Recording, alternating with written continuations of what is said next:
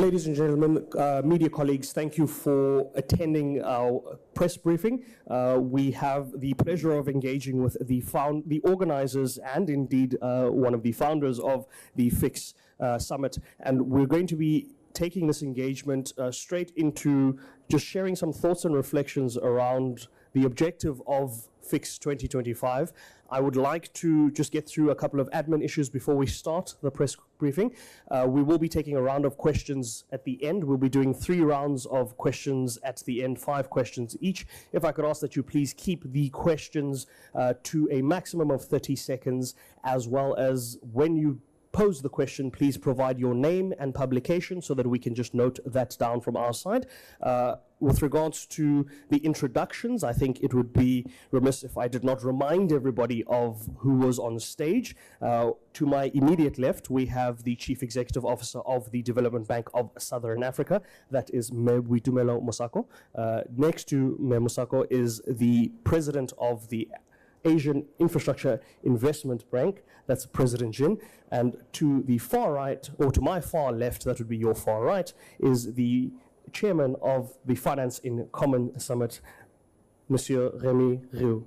I would like to begin with opening remarks from each of our panelists. I will give each panelist 3 to 4 minutes to just give us a sense of where we are and the purpose of the summit, and then we will get straight into the questions. Memosako, if I could begin with you, please.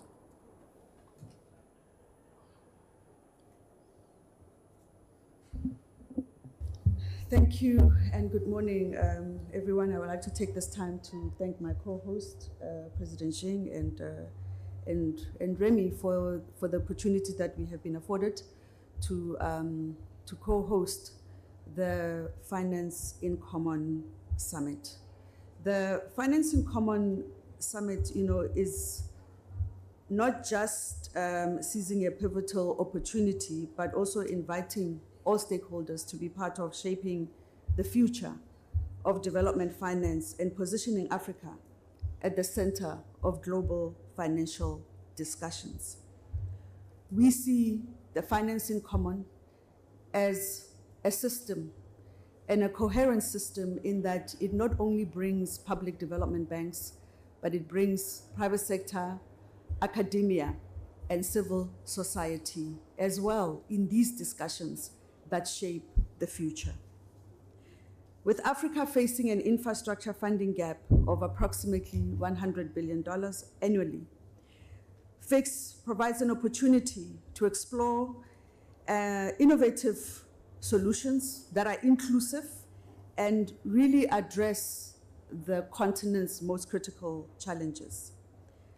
As a continent, we need to mobilize capital, we need to forge high-impact partnerships, and we need to scale speedily infrastructure development.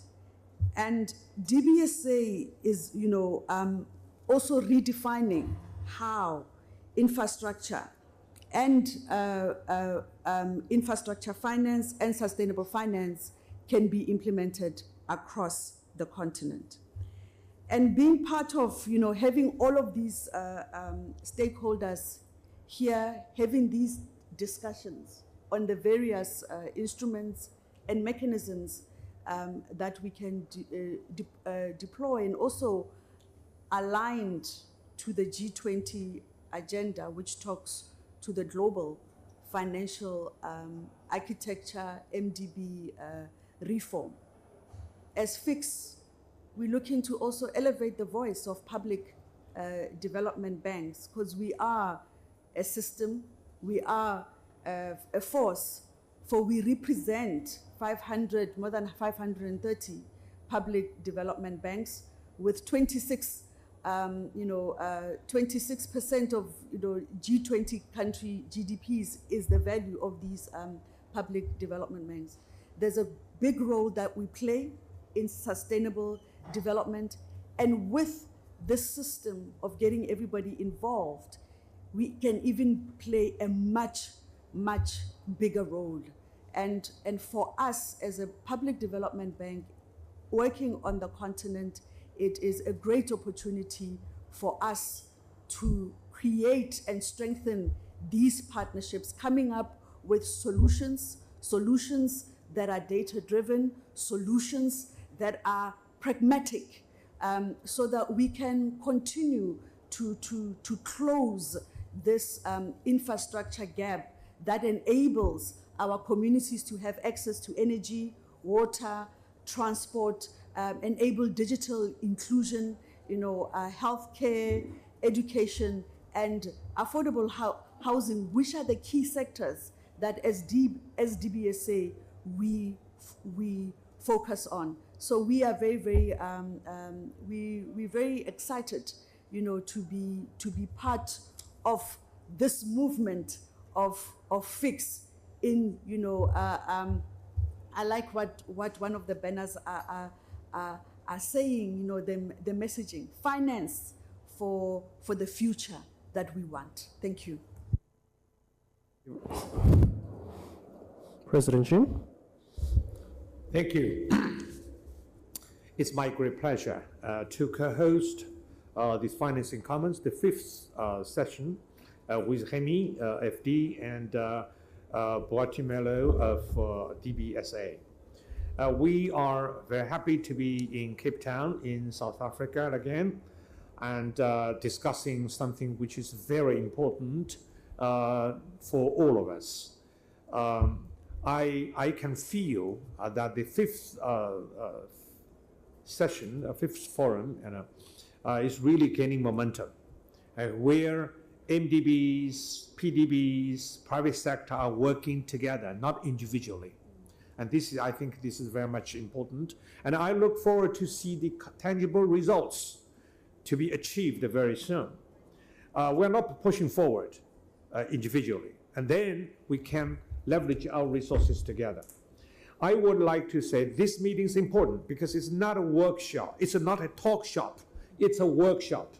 And we would translate our narratives into concrete actions to make a difference in particularly Sub-Saharan Africa. Why? Asian Infrastructure Investment Bank is so keen on developing relationship with Sub-Saharan Africa.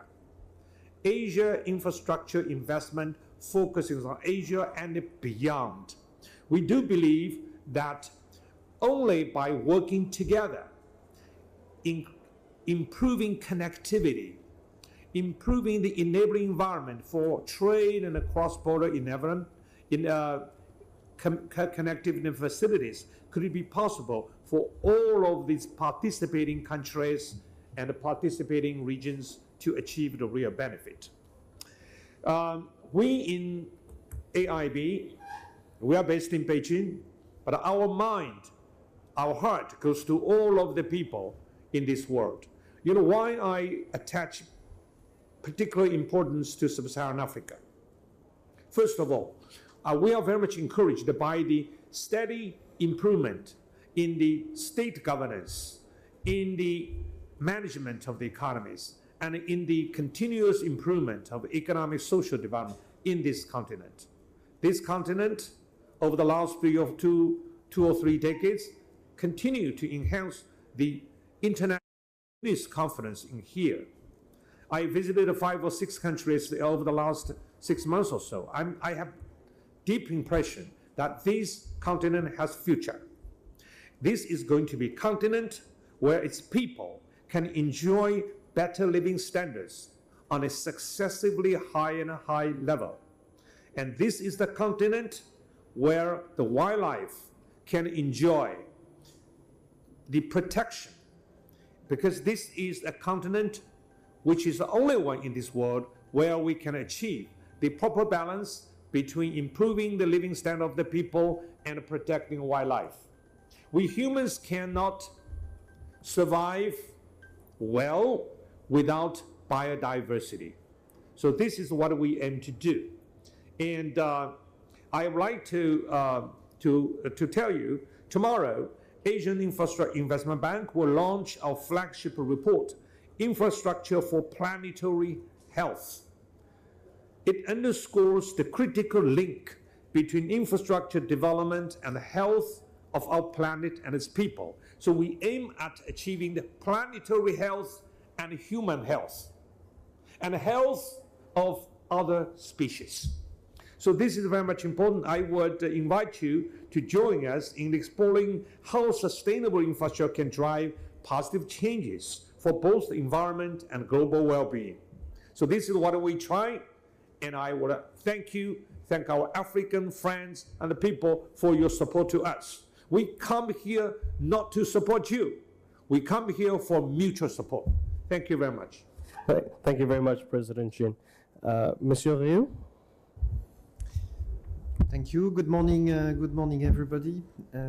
As the chairman of the Finance in Common Summit, I will just explain you the conclusions of the summit. So it's a bit awkward because the summit is only closing tomorrow, Friday.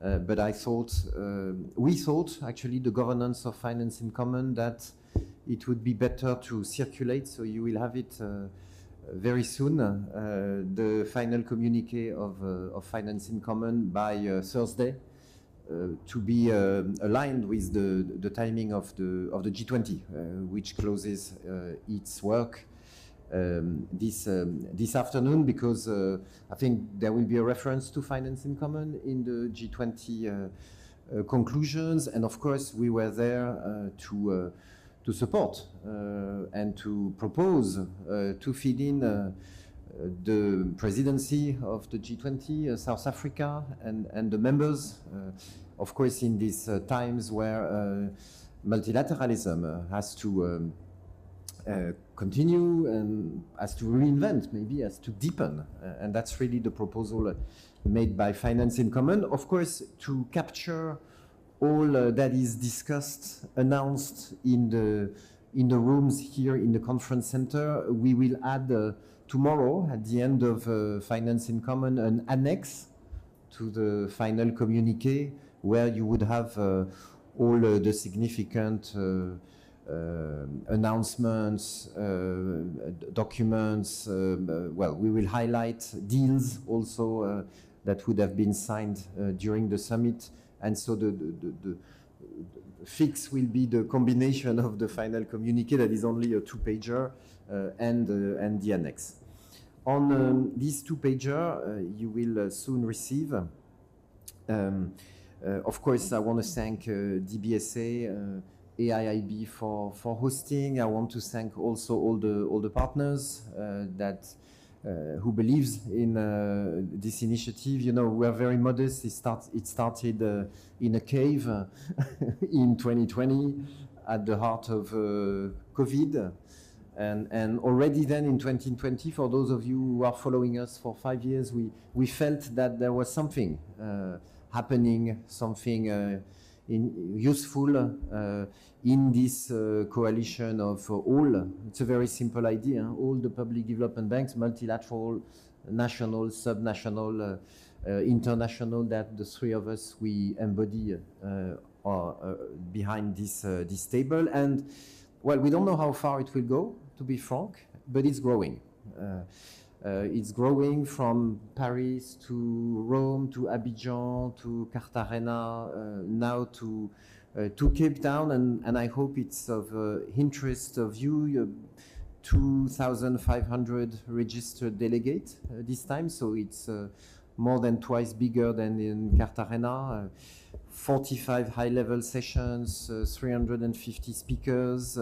And again, I want to convince you that this is not another coalition.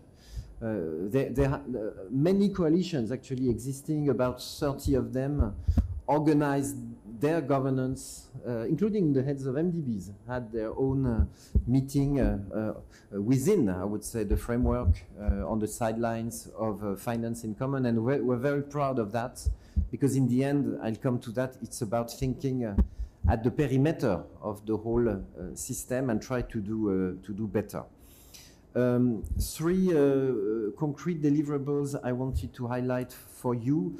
Of course, you have online the very unique database that University of Peking and AFD and FERDI are refining year after year. So if you search for a specific information on AIIB or DBSA or whoever, the more than 530 public development banks, you can find it on the database. You can aggregate, you can, and there's a lot of information. And I want to thank the Global Research Network of Finance in Common, 400 plus now papers accelerating on the role of public development banks, and they took the time to provide a summary of their findings and also identify avenues for future research, because there are many things we don't know. And it's online, and maybe there are hard copies you can find somewhere for you. It's only for consultation, so any input is most welcome. The idea is to finalize it and to publish it in Sevilla during the Financing for Development conference. And the third document I wanted to highlight among many here is the contribution precisely of FIX, so meaning the whole coalition for the FFD conference. I close by saying there were three big messages we wanted to convey at the end or during this summit. The first one is all of us, meaning the public banks, but also all the stakeholders. I mentioned academics. I want to highlight the role of private sector, of course, civil society, philanthropy, well, all those you can find here. We want to stick to the sustainable and inclusive investments agenda. I think that's a strong message coming. I think it's also in the G20 room, and so you will see that's one of the paragraph, and we feel public development banks have a very crucial role to play to reconcile both dimensions of this agenda, finance what nobody's financing, of course, but also mobilize private finance. And as I said on stage yesterday, we think we are the place where a new narrative could happen, I would say beyond ODA, up to a world of sustainable and inclusive investment. This is what public banks, of course, are doing. The second idea is to do that and be at the scale of what is required. We need a machine that is able to originate projects in a way more numerous and also to innovate in terms of financial instruments. So I do not go into the details, but you will find in the second paragraph many innovations that were discussed during Finance in Common. And I want to highlight the laureates, the three laureates, including DBSA, actually, and the Uganda Development Bank and the Development Bank of Minas Gerais of our first finance innovation lab call to action. Last idea is, of course, we have to do our homework. So we feel we have a role to play, but we have to do way better in terms of working as a system. So that's what the MDBs started with the G20 roadmap under the Brazilian presidency. And our proposal from FIX is to extend on specific issues the discussion between MDBs for and including other public development banks. And it's not only for public development banks, it's also the discussion with their shareholders. I want to specifically highlight the coalition we will build between PDBs and CSOs. That's extremely important, and CSOs have been in the discussion and in the governance of FIX from day one. But also we want to structure the discussion with philanthropy way more and export credit agencies at the same time. I close by saying that we want to convene in Asia next time, because this is the only region that we are missing for now. And of course, before the end of this year, we will discuss within with all the parties assembled within FIX about how to better maybe structure and make it a bit more permanent, what we are doing together. I don't know the conclusion of this discussion, but we decided to mandate Adama Mariko, I want to thank before me, and the Secretariat of Finance in Common for proposal. Thank you. Thank you very much, Chair. We're going to go straight into the questions. Just a reminder, please keep the questions to 30 seconds at a maximum, and please state your name and a publication. I'm going to grab a question from there, a question from there, a question from there. That will be the first round of questions. Hi, good day to everyone. A group of former heads of various African countries just signed the Cape Town Declaration. They're calling for the restructuring of Africa's debt, and they're also calling for a reduction in the cost of capital for development.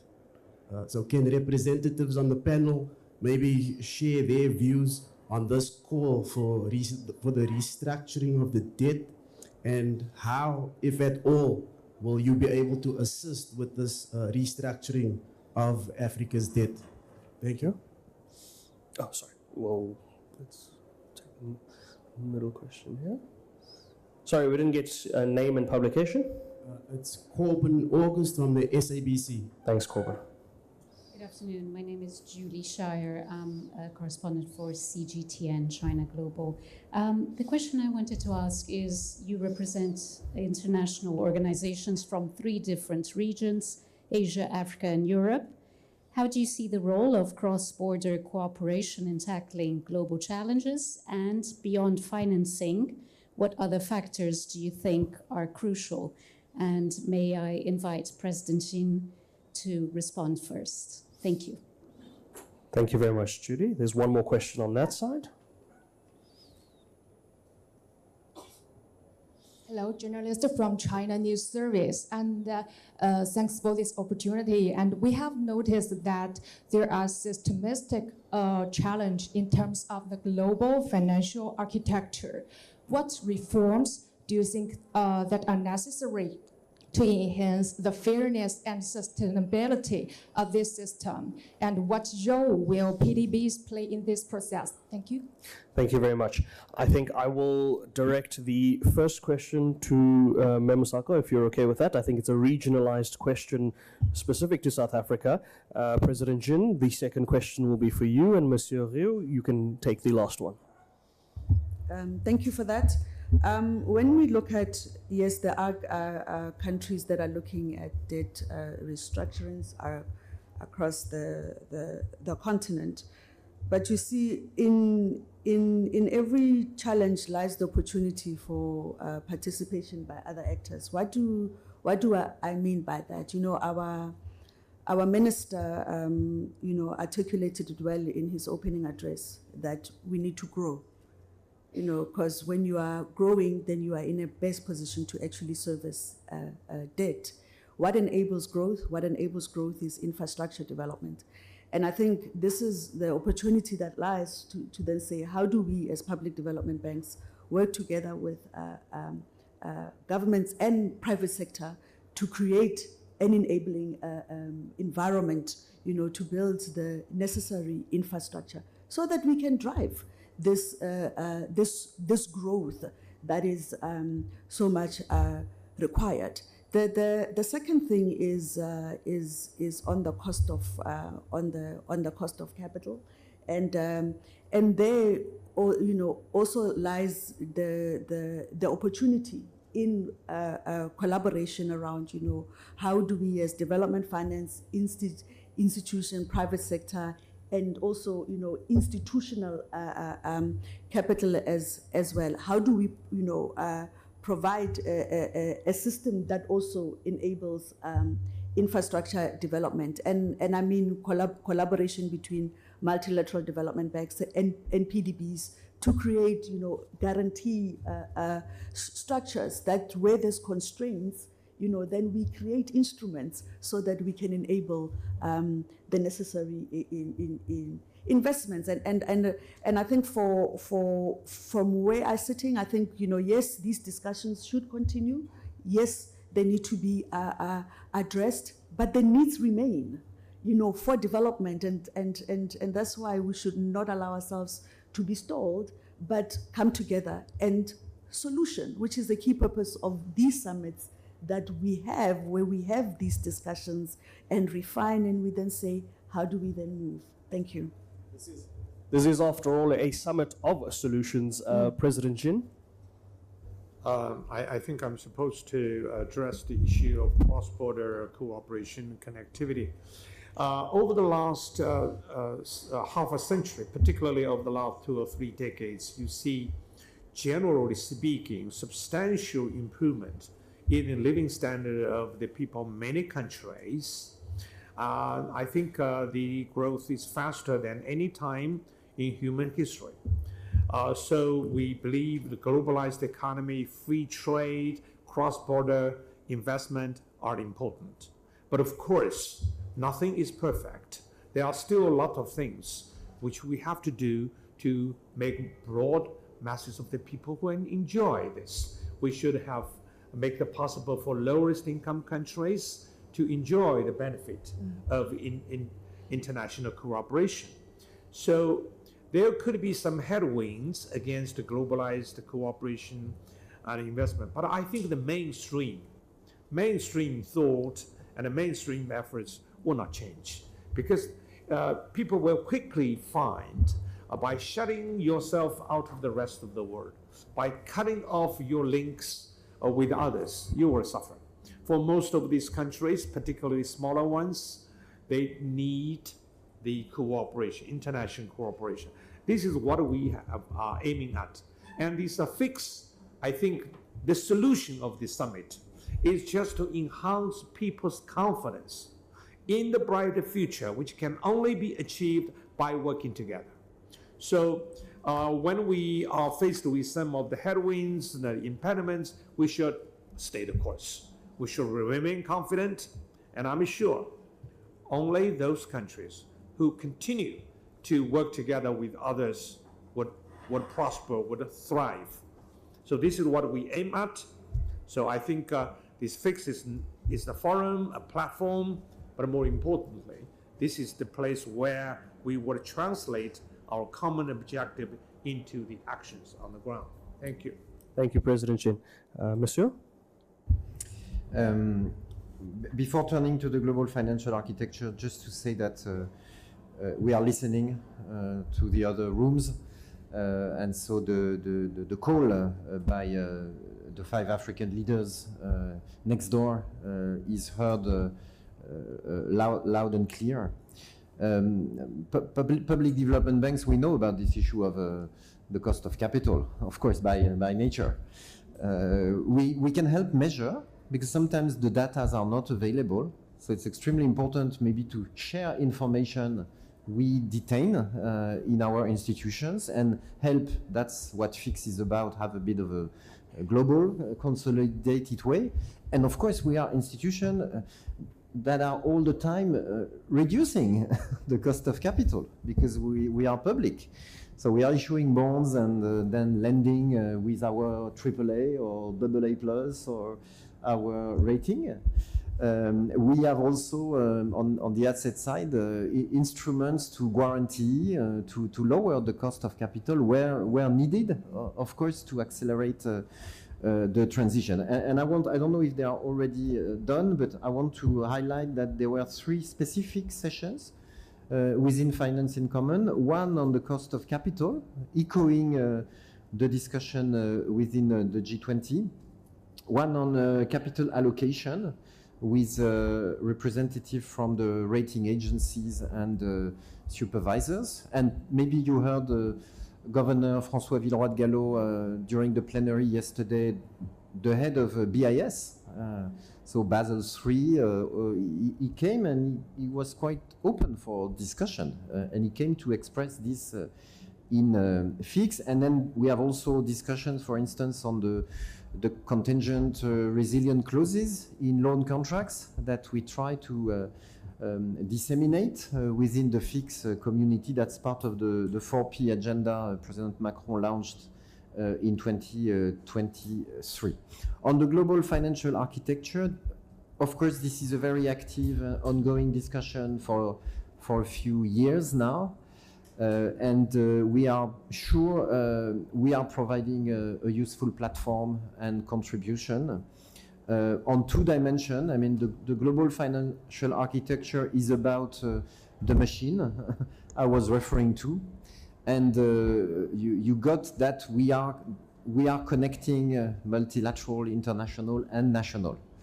And that's really a way to have a machine that is at the scale of what we are facing, a machine that can be capillary. We rely on global platforms, regional platforms like AIIB, the World Bank, the African Development Bank, but we can position national financial institutions in a division of labor where they provide their comparative advantage. So the diversity of finance in common is a strength if we are able to organize it in a coherent system. So that's one. And the second dimension of the global financial architecture is about the framework. It's about the guidance. It's about the narrative.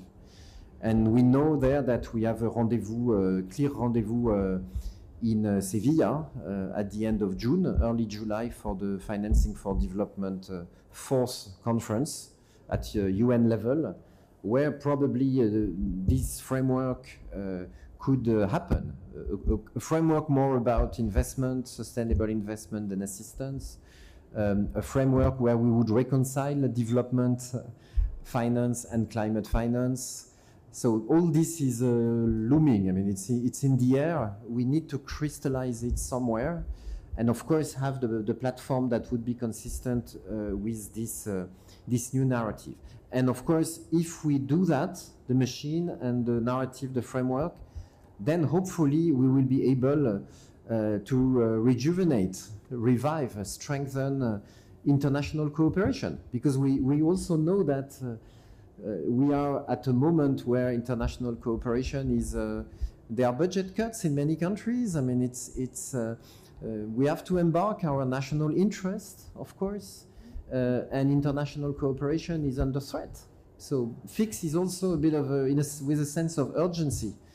The idea that we have to reinvent the machine and the framework so that we will have the support of our own constituencies. Thank you very much. I am cognizant that we have run over time a little bit. I believe that it has been worthwhile, though. I think we can do potentially another round of questions if there are questions, but we shall have to see. I note there's one on that side. All right, we'll take the last question and then we will bring the press briefing to a close.